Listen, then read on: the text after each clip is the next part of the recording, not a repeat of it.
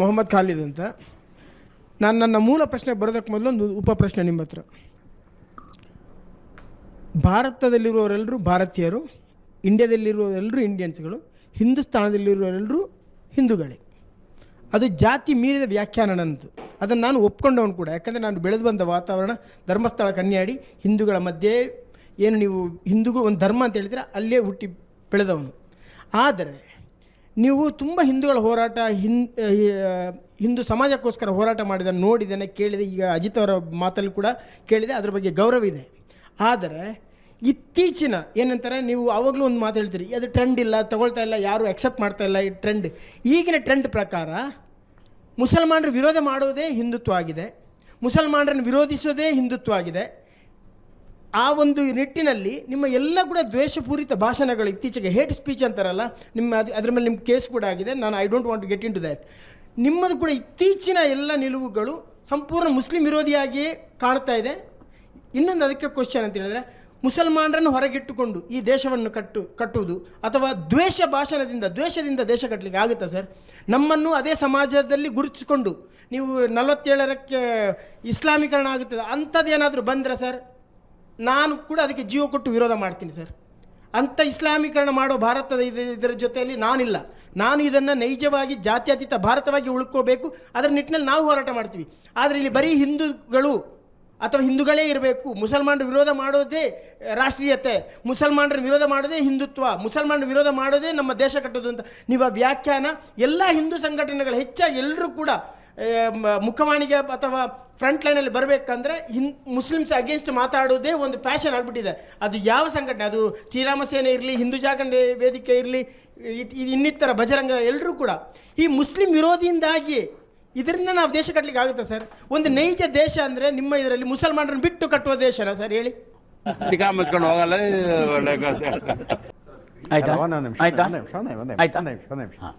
Next ಪ್ರಶ್ನೆ ಸಂಕ್ಷಿಪ್ತವಾಗಿರಲಿ. ನನ್ನ ಭಾಷಣವನ್ನು ಇನ್ನು 10 ಸಾರಿ ಕೇಳಿ. ಭಾಷಣದಲ್ಲಿ ನನ್ನ ಬಹಳ ಸ್ಪಷ್ಟತೆ ಇದೆ. ಮುಸ್ಲಿಂ ಅನ್ನುವ ನೆಲೆಯಲ್ಲಿ ಒಂದು ಜನಾಂಗವನ್ನು ನಾನು ನಿಂದಿಸಿಲ್ಲ ಮತ್ತು ಟೀಕಿಸಿಲ್ಲ. ನನ್ನ ಭಾಷಣದ ಉದ್ದಗಲದಲ್ಲೂ ಮೂಲಭೂತವಾದಿ ಜೇಹಾದಿ ಶಕ್ತಿಗಳ ಹೆಸರನ್ನು ಉಲ್ಲೇಖಿಸಿಯೇ ಮಾತನಾಡಿದ್ದೇನೆಯೇ ಹೊರತು ಮುಸ್ಲಿಂ ಅನ್ನುವ ನೆಲೆಯಲ್ಲಿ ಜನಾಂಗವನ್ನು ನಾನು ದೂಷಿಸಿಲ್ಲ. ಅದೇ ಕಾರಣದಿಂದಲೇ ನನ್ನ ಮೇಲೆ ದಾಖಲಿಸಿದ್ದ ಎಲ್ಲ ಮೊಕದ್ದಮೆಗಳನ್ನು ಹೈಕೋರ್ಟ್ ವಜಾ ಮಾಡಿದೆ, ವಿತೌಟ್ ಎನ್ಕ್ವೈರಿ. ಕೋರ್ಟ್ನಲ್ಲಿ ಡೇ ಟು ಡೇ ಆ್ಯಕ್ಟಿವಿಟೀಸ್ ನಡೆಯದೇನೆ ಹೈಕೋರ್ಟ್ ಸ್ಕ್ವ್ಯಾಶ್ ಮಾಡಿದೆ ನನ್ನ ಕೇಸ್ಗಳು, ಬಹುತೇಕ 90%.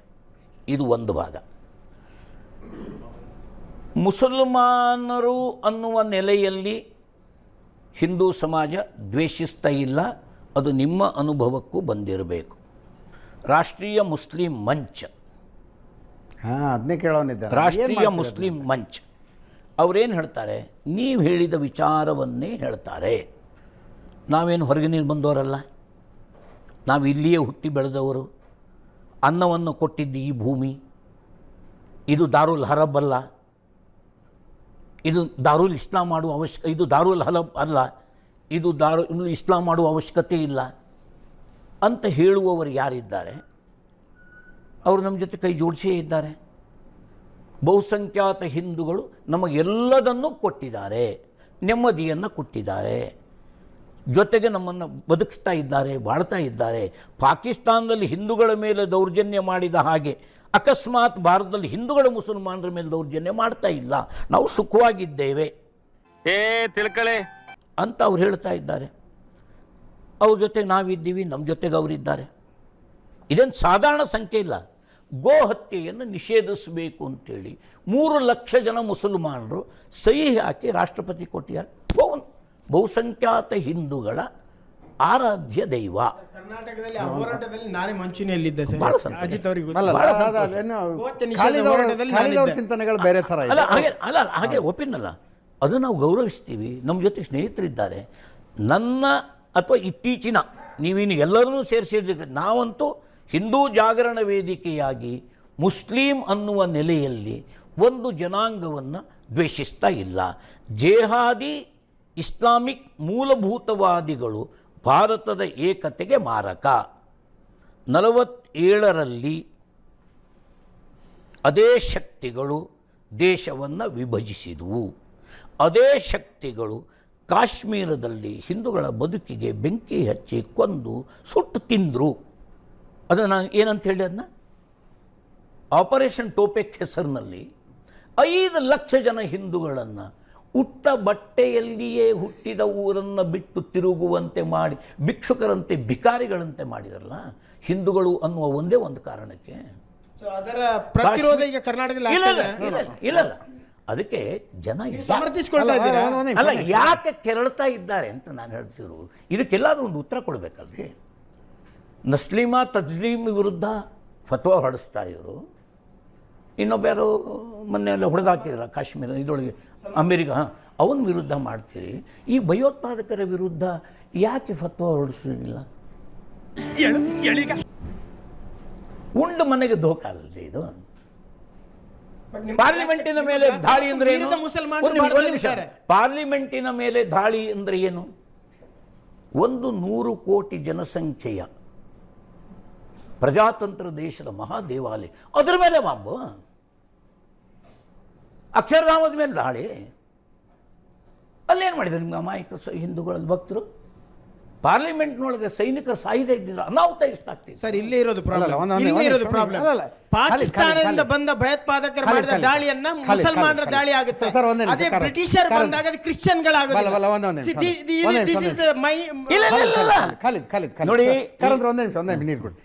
ಶಾರಿಕ್ ಎಲ್ಲಿ ಅವ್ನು ತೀರ್ಥಹಳ್ಳಿ ಅವ್ನಿಗೆ ಏನು ಬೇಕಾಗಿತ್ತು ಕುಕ್ಕರ್ನಲ್ಲಿ ಬಾಂಬ್ ಮಾಡುವಂಥದ್ದು? ಅದನ್ನ ನಾವು ಒಪ್ಕೊಳ್ಳಲ್ಲ ಸರ್, ಒಪ್ಕೊಳ್ಳಲ್ಲ. ಆದ್ರೆ ದೇಶ ಕಟ್ಟುವಾಗ ನಮ್ಮನ್ನು ಜೊತೆ ಸೇರಿಸಿಕೊಂಡು ಖಂಡಿತ ಹೊರಗಿಟ್ಟಾಗ ಇಲ್ಲ ಬಿಟ್ಟು ಮಾಡುವುದಿಲ್ಲ. ನಮ್ಮ ಜೊತೆಗೆ ಬನ್ನಿ, ಭಯೋತ್ಪಾದನೆಯನ್ನು ವಿರೋಧಿಸ್ತಾ ಇದ್ದಾರೆ. ಇಲ್ಲ ಅಂತ ನಾನು ಹೇಳೋದಿಲ್ಲ. ನಿಮ್ಮನ್ನು ನಾನು ಕರಿತಾ ಇದ್ದೀನಿ ಅಂತ ತಿಳ್ಕೊಳ್ಬೇಡಿ. ಸಾವಿರಾರು ಮುಸಲ್ಮಾನರು ಇವರಿಂದಾಗಿ ನಮ್ಮ ನೆಮ್ಮದಿ ಹಾಳಾಗ್ತಾ ಇದೆ. ನಮ್ಮನ್ನು ಸಂಶಯದಿಂದ ನೋಡ್ತಾ ಇದ್ದಾರೆ. ನಾನು ತೀರ್ಥಳಿಯವನೇ. ಆ ಶಾಕಿಲು ಅವ ಏನೋ ಮೊದಲು ಬದ್ನಲ್ಲ, ಅಳ್ತಾರೆ ಜನ. ಮುಸಲ್ಮಾನರು, ಭಾರತೀಯ ಮುಸಲ್ಮಾನರು ಅರಬಿನ ಮುಸಲ್ಮಾನರು ಅಲ್ಲ, ಅರಬಿನ ಸಂತತಿ ಅಲ್ಲ, ಗೋರಿಯ ಸಂತತಿ ಅಲ್ಲ, ಗಜ್ನಿಯ ಸಂತತಿ ಅಲ್ಲ, ಖಿಲ್ಜಿಯ ಸಂತತಿ ಅಲ್ಲ. ನಾವು ಭಾರತೀಯ ಮುಸಲ್ಮಾನರು ಅಂತ ಹೇಳುವವರು ಬಹಳ ಸಂಖ್ಯೆ. ಅಕಸ್ಮಾತ್ ನಾನು ಎಲ್ಲ ಮುಸಲ್ಮಾನರನ್ನು ಸಾರಾಸಗಡ ಮಾತಾಡಿದರೆ ಅದು ನಂದು ಅಪರಾಧ. ಅದು ನಿನ್ನ ಭಾಷಣ ತೆಗೀರಿ, ನಿನ್ನದು ಯಾವುದೇ ಭಾಷಣ ತೆಗೀರಿ ನೀವು. ಅಲ್ಲ ಕಾರಂತರ, ಹಂಗಿದ್ರೆ ನೀವು ಹೇಳೋದೇನು? ಮುಸಲ್ಮಾನರು ನೀವು ಭಾರತವನ್ನು ಪ್ರೀತಿಸ್ತೀರಿ ಅನ್ನೋದಾದ್ರೆ RSS ಅಂಗವಾಗಿರುವಂಥ ರಾಷ್ಟ್ರೀಯ ಮುಸ್ಲಿಂ ಮಂಚಿಗೆ ಜಾಯ್ನ್ ಆಗಿ. ಇಲ್ಲ ನಾನು ಹೇಳಿಲ್ಲ. ಅಲ್ಲ, ಇದೇ ನಾನು ಅವರು ಸಂಘಟಿತವಾಗಿ ನಮ್ಮ ಜೊತೆಗೆ ಹೆಜ್ಜೆ ಹಾಕ್ತಾ ಇದ್ದಾರೆ. ನಾವು ಅವರನ್ನು ದೂರೀಕರಿಸಿಲ್ಲ. ನೀವು ಮುಸಲ್ಮಾನರು ಅನ್ನುವ ಕಾರಣಕ್ಕೆ ದೂರ ಇಟ್ಟಿಲ್ಲ. ನಾವು ಮುಸಲ್ಮಾನರ ಎಲ್ಲರ ಮೇಲೂ ಅಪನಂಬಿಕೆಯನ್ನು ತಾಳಿಲ್ಲ ಅನ್ನೋದಕ್ಕೆ ಸಾಕ್ಷಿ ಕೊಟ್ಟಿದ್ದಷ್ಟೇ. ಎಸ್. ಖಾಲಿದವ್ರಿಗೆ ನನ್ನ ಕಡೆಯಿಂದ ಖಾಲಿದವ್ರಿಗೆ ಒಂದು ನಿಮಿಷ ಖಾಲಿದವ್ರೆ, ಹದೀಸ್ನಲ್ಲಿ ಗಜ್ವಾಯ ಹಿಂದ್ ಅಂತ ಇದೆ, ಪೈಗಂಬರರು ಹೇಳೋಗಿದ್ದಾರೆ. ಅಂತಿಮವಾಗಿ ಭಾರತದ ಮೇಲೆ ಇಸ್ಲಾಮಿಕ್ ಧ್ವಜ ನೆಟ್ಟ ನಂತರವೇ ಅಂತಿಮ ದಿನ ಬರುತ್ತೆ.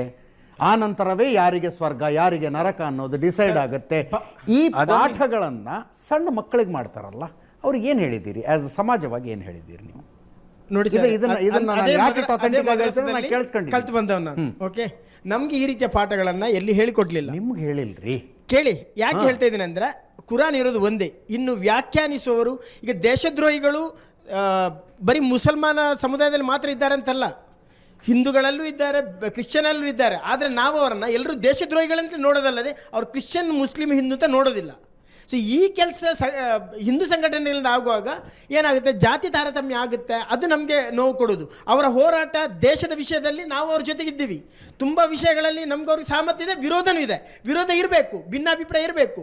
ಆದರೆ ಈ ರೀತಿ ಏನು ನೀವು ಪಾಕಿಸ್ತಾನಿಗಳನ್ನ ನಾನು ಇತ್ತೀಚೆಗೆ ಒಂದ್ಸಲ ಒಂದು ಡಿಬೇಟಲ್ಲಿ ಇದೇ ವಿಷಯ ಬಂತು. ಯಾಕೆ ಇಸ್ಲಾಮಿಕ್ ಉಗ್ರರು ಅಂತ ಕರಿತೀರಿ, ಹಿಂದೂ ಒಬ್ಬ ಟೆರರಿಸ್ಟ್ ಆದಾಗ ಹಿಂದೂ ಟೆರರಿಸ್ಟ್ ಅಂತ ಯಾಕೆ ಕರೆಯೋದಿಲ್ಲ ಅಂತಂದರು. ನಾನು ಅದೇ ಹೇಳಿದ್ದು, ಇಸ್ಲಾಮಿಕ್ ಉಗ್ರರು ಇಸ್ಲಾಮಿಗೋಸ್ಕರ ನಾನು ಹೋರಾಟ ಮಾಡ್ತೀನಿ, ಹಿಂಸೆ ಮಾಡ್ತೀನಿ ಅಂದಾಗ ಇಸ್ಲಾಮಿಕ್ ಉಗ್ರರು ಅನ್ನಿಸಿಕೊಂಡ್ರು. ಶ್ರೀಲಂಕಾದಲ್ಲಿ ತಮಿಳು ಪ್ರತ್ಯೇಕ ರಾಷ್ಟ್ರಕ್ಕಾಗಿ ಹೋರಾಡ್ತೀವಿ ಅಂದವ್ರನ್ನ ತಮಿಳು ಉಗ್ರರು ಅಂತ ಕರೆದ್ವಿ. ಮಾವೋವಾದಿ ಸಿದ್ಧಾಂತವನ್ನು ಸ್ಥಾಪಿಸಬೇಕು ಅಂತ ಹೊರಡೋರಿಗೆ ಮಾವೋವಾದಿ ಉಗ್ರರು ಅಂತ ಕರೆದಿದ್ದೀವಿ. ನೀವು ಪರ್ಪಸ್ ಏನು ಅಂತ. ಈಗ LTTEಯಲ್ಲಿ ಮುಸಲ್ಮಾನರು ಇರಲಿಲ್ವಾ? ಇದ್ದರು. ಅವ್ರನ್ನ LTTEಯಲ್ಲಿರುವ ಇಸ್ಲಾಮಿಕ್ ಉಗ್ರರು ಅನ್ನಲಿಲ್ಲ, ತಮಿಳು ಉಗ್ರರೇ. ಅವನು ಮುಸ್ಲಿಮೋ ಹಿಂದೂನೋ ಕ್ರಿಶ್ಚನ್, ತಮಿಳುನಾಡಿಗೋಸ್ಕರ ತಮಿಳು ರಾಷ್ಟ್ರಕ್ಕೋಸ್ಕರ ಹೋರಾಡ್ತಿದ್ದ. ಈಗ ಮಾವೋವಾದಿಗಳ ಮಧ್ಯದಲ್ಲಿ ಮುಸ್ಲಿಮರಿಲ್ಲ, ಮಾವೋವಾದಿಗಳ ಮಧ್ಯದಲ್ಲಿ ಮುಸ್ಲಿಮರಿಲ್ಲ ಕಟ್ತೀವಿ ಅಂತ ಹೋರಾಡುವ ಕೆಲವು ಹಿಂದೂ ಸಂಘಟನೆಗಳು, ಹಿಂದೂ ಮುಖಂಡರು ಮುಸಲ್ಮಾನರನ್ನ ಕೊಲ್ಲಿ ಅದು ಇದು ಅಂತೆಲ್ಲ ಸ್ಟೇಟ್ಮೆಂಟ್ ಮಾಡ್ತಾರೆ. ಸೊ ಅವರನ್ನು ನೀವು ಏನಂತ ಕರೀತೀರಾ ಅವಾಗ? ಹಿಂದೂ ಅತಿರೇಕಿಗಳು ಅಂತೀವಿ. ಅದು ಯಾಕೆ ಹಿಂದೂ ಉಗ್ರಗಾಮಿಗಳಾಗ್ತಾರೆ? ಬಾಂಬ್ ಇಟ್ಟವರು ಸಿಕ್ಕಾಕೊಂಡು ಸರ್. ಬಾಂಬ್ ಬಿಟ್ಟರೆ ಉಗ್ರಗಾಮಿಗಳು. ಮಂಗಳೂರಲ್ಲಿ ಒಬ್ರು ರಾವ್ ಅಂತ, ಆದ್ರೆ ಅವ್ರು ಯಾವತ್ತು ಹಿಂದೂ ಉಗ್ರಗಾಮಿಗಳಾಗಿಲ್ಲಲ್ಲ. ಯಾವ ಸಂಘಟನೆ ಅವರು? ಸಂಘಟನೆ ಬೇಡ ಸರ್. ಈಗ ಅಲ್ಲಿ ತಾರೀಖ್ ಅಂತ ಬಂದಾಗ ಮುಸಲ್ಮಾನ ಆಗ್ಬಿಡ್ತಾನೆ, ಬೇರೆಯವ್ರು ಬಂದಾಗ ಹಿಂದೂ ಆಗಲ್ಲ, ಅವ್ರು ದೇಶದ್ರೋಹಿಗಳಾಗ್ಬಿಡ್ತಾರೆ.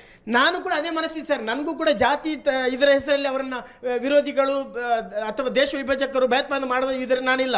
ದೇಶ ವಿರೋಧಿಗಳು ಎಲ್ಲರೂ ದೇಶ ವಿರೋಧಿಗಳಾದ್ರು, ಯಾವ ಜಾತಿ ಧರ್ಮ ಆಗಲಿ ಅವ್ರು ನಮ್ಮವರಲ್ಲಿದ್ದರೂ ಕೂಡ ನಾನು I don't want tell in open. ಇದು ತುಂಬ ವಿಷಯಗಳು ನನಗೆ ಗೊತ್ತಿದ್ದಾಗ ನಾನೇ ಪತ್ರಕರ್ತರಿಗೆ ಅಥವಾ ಸೋಷಿಯಲ್ ಮೀಡಿಯಾಕ್ಕೆ ಇಲ್ಲಿ ಸೂಚನೆಗಳನ್ನು ಕೊಟ್ಟು ಪೊಲೀಸ್ ಸ್ಟೇಷನ್ಗೂ ಕೊಟ್ಟು ಅಂಥದ್ದನ್ನು ನಾನು ಕೂಡ ನಿಲ್ಲಿಸಿದ್ದೀನಿ. ನನಗೆ ಹೇಳಿಕ್ಕೆ ಹೋದರೆ ನನಗೂ ಕೂಡ ಅದು ತುಂಬನೇ ಜೀವಕ್ಕೆ ಅಪಾಯ. ಯಾಕಾಗಬೇಕು? ಯಾಕೆ ಜೀವಕ್ಕೆ ಅಪಾಯ ಇದೆ ಸರ್? ಯಾಕೆ ಜೀವಕ್ಕೆ ಅಪಾಯ ಆಗ್ಬೇಕು ನಿಮಗೆ? ಹುಚ್ಚರು ಇದ್ದಾರಲ್ಲ, ಎಲ್ಲ ಧರ್ಮಗಳಲ್ಲೂ ಇದ್ದಾರೆ ಹುಚ್ಚರು. ಸರಿ. ರಾಷ್ಟ್ರ ವಿರೋಧಿಗಳು ಅಂತ ನಾನು ಅಥವಾ ಸಂಘ ಪರಿವಾರ ವಿಷಯವನ್ನು ಮಂಡಿಸಬೇಕಾದರೆ 3 ಗುಂಪುಗಳನ್ನು ಮಾಡ್ತೀವಿ. ಒಂದು ಚರ್ಚ್, ಎರಡನೇದು ಇಸ್ಲಾಮಿಕ್ ಫಂಡಮೆಂಟಲಿಸಮ್, ಭಾರತದ ಜಗತ್ತಿನ ಇಸ್ಲಾಮೀಕರಣದ ಕನಸು, ಅದರ ಭಾಗವಾಗಿ ಭಾರತದ ಇಸ್ಲಾಮೀಕರಣದ ಕನಸು, ಅದರ ಭಾಗವಾಗಿ ಮೊಟ್ಟ ಮೊದಲು ಕೇರಳದ ಇಸ್ಲಾಮೀಕರಣದ ಕನಸು, ಕಾಶ್ಮೀರದ ಇಸ್ಲಾಂ ಬೈ ಪಾರ್ಟ್ ಅದನ್ನು ವಿರೋಧಿಸ್ತೀವಿ. ಚರ್ಚಿನ ಕ್ರೂಸೇಡ್, ಮತಾಂತರ ಅನ್ನುವುದು ಒಬ್ಬ ವ್ಯಕ್ತಿಯ ವಿಚಾರವಾಗಿಯೇ ಬದಲಾವಣೆ ಆಗಿದ್ದರೆ ಅದು ಸ್ವಾಗತಾರ್ಹ. ಕುತ್ತಿಗೆಲಿದ್ದ ಗಣೇಶನ ತೆಗೆದು ಬಿಸಾಡ್ತಾನೆ, ಕ್ರಾಸ್ ಹಾಕ್ಕೊಂತಾನೆ, ಅದು ಇಚ್ಛೆ ಅವನಿಗೆ. ಇದಕ್ಕಿಂತ ಬೈಬಲ್ ಚೆನ್ನಾಗಿ ಆದರೆ ಮತಾಂತರಕ್ಕಷ್ಟೇ ಸೀಮಿತ ಆಗದೇನೆ ಅದು ರಾಷ್ಟ್ರಾಂತರವಾಗಿ ಬದಲಾವಣೆ ಆಗ್ತದಲ್ಲ, ಅದರ ತೀವ್ರತೆಯನ್ನು ಕಾಣಬೇಕಾದರೆ ನೀವು ಮೇಘಾಲಯಕ್ಕೆ ಹೋಗಬೇಕು. No comments. ನಾಗಾಲ್ಯಾಂಡಿಗೆ ಹೋಗಬೇಕು, ಗೂರ್ಖಾ ಲ್ಯಾಂಡಿಗೆ ಹೋಗಬೇಕು, ಬೋಡೋ ಲ್ಯಾಂಡಿಗೆ ಹೋಗಬೇಕು. ಇದೇನು ಲ್ಯಾಂಡ್ ಇದು? Scotland, England, Ireland, Netherland, Switzerland. ಇಲ್ಲಿ ಹೇಗೆ ಬಂತು ಲ್ಯಾಂಡ್? ನೀವು ನಾಗಾಗಳು, ನೀವು ಭಾರತೀಯರೇ ಅಲ್ಲ, ಇದು ನಿಮ್ಮದು ನಾಗಾಲ್ಯಾಂಡ್. ನಾಗಾ ನ್ಯಾಷನಲ್ ಫ್ರಂಟ್, ನೀವು ನೇಷನ್ನೇ ಬೇರೆ, ಗೂರ್ಖಾ ನೇಷನ್ನೇ ಬೇರೆ, ಬೋಡೋ ನೇಷನ್ನೇ ಬೇರೆ. ಇದು ಮತಾಂತರದ ಅಂತಿಮ ಪರಿಣಾಮ, ಅದನ್ನು ವಿರೋಧಿಸ್ತೀವಿ. ಈ ಎರಡೂ ಶಕ್ತಿಗಳ ಹಸ್ತಕರಾಗಿ ಕೆಲಸ ಮಾಡುವ ವ್ಯಕ್ತಿಗಳಿದ್ದಾರಲ್ಲ, ಅವ್ರ ಮೇಲೆ ಟಾರ್ಗೆಟ್ ಜಾಸ್ತಿ. ನಾನು ಹಿಂದೂ ಸಮಾಜದ ಅಥವಾ ಭಾರತದ ಎಲ್ಲ ಸಮಸ್ಯೆಗಳಿಗೆ ಮೂಲ ಕಾರಣ ಮುಸಲ್ಮಾನರು ಅಲ್ಲ, ಕ್ರಿಶ್ಚಿಯನ್ರು ಅಲ್ಲ, ಇವರು ಅಂತ ನಾವು ಹೇಳ್ತಾ ಇದ್ದೀವಿ. ಹಾಗಾಗಿ ನಾವೇನೋ ನಿರ್ದಿಷ್ಟವಾದ ಒಂದು ಕೋಮನ್ನೇ ಗುರುತಿಸಿ ದ್ವೇಷವನ್ನು ಬಿತ್ತಾ ಇದ್ದೀವಿ ಅನ್ನೋದು ಸುಳ್ಳು. ಇದು ನಮ್ಮ ಬಗ್ಗೆ ಒಂದು ನ್ಯಾರೇಟಿವ್ ಅಂತಾರಲ್ಲ, ಏನೋ ಒಂದು ಇಂಗ್ಲೀಷ್ನಲ್ಲಿ, ಒಂದು ಸುಳ್ಳು ಪ್ರಚಾರ. ಅವೆಲ್ಲವೂ ಸುಳ್ಳಾಗಿದೆ. ಈಗ ನೀವು ತೆಗೆದು ನೋಡಿ, ನೀವು ಉತ್ತರ ಪ್ರದೇಶದ ಚುನಾವಣೆಯ ಸಂದರ್ಭದಲ್ಲಿ ಮುಸಲ್ಮಾನರ ಬೆಂಬಲ ಇಲ್ಲದೇನೆ ರಾಜಕೀಯ ವಿಶ್ಲೇಷಕರು ಹೇಳುವುದು, ಗುಜರಾತ್ನಲ್ಲಿ BJPಯ ಗೆಲುವಿನ ಹಿಂದೆಯೂ ಕೂಡ ದೊಡ್ಡ ಪ್ರಮಾಣದ ಮುಸಲ್ಮಾನರ ಮತದಾನ ಇದೆ. ಯಾಕೆ ಕೊಟ್ಟರು? ತಾಲಿಬಾನಿನ ದುಸ್ಥಿತಿ ಈ ಮೂಲಭೂತವಾದಿಗಳಿದ್ದಲ್ಲ, ಇವ್ರು ನೀವು ಹೇಳಿರಲ್ಲ ಜೀವಕ್ಕಪಾಯ ಉಂಟು ಅಂತ, ಅಂದರೆ ನಿಯಂತ್ರಿಸೋದು ಸಮಾಜವನ್ನೇ. ನಿಮ್ಮ ಮಗಳು ಹೇಗಿರಬೇಕು, ನಿಮ್ಮ ಹೆಂಡತಿ ಹೇಗಿರಬೇಕು ಅಂತೇಳಿ ನೀವು ಡಿಸೈಡ್ ಮಾಡೋದು ಯಾರು? ಇವನು. ಅದನ್ನು ನಾವು ವಿರೋಧಿಸ್ತೀವಿ. ಭಾರತದ ಒಳಗಡೆ ಒಂದು ತಾಲಿಬಾನ್, ಇದು ಮುಸಲ್ಮಾನರಿಗೆ ಬೇಡಾಗಿದೆ, ಭಾರತೀಯ ಮುಸಲ್ಮಾನರಿಗೆ ಬೇಡಾಗಿದೆ. ನಮ್ಮ ಪ್ರಕಾರ ಇಲ್ಲಿಗೆ ಪಂಚಾಯ್ತಿ ಕ್ಲೋಸು, ಕೇಳ್ಕತ್ತ ನಾಟಕ ಬಂದ್.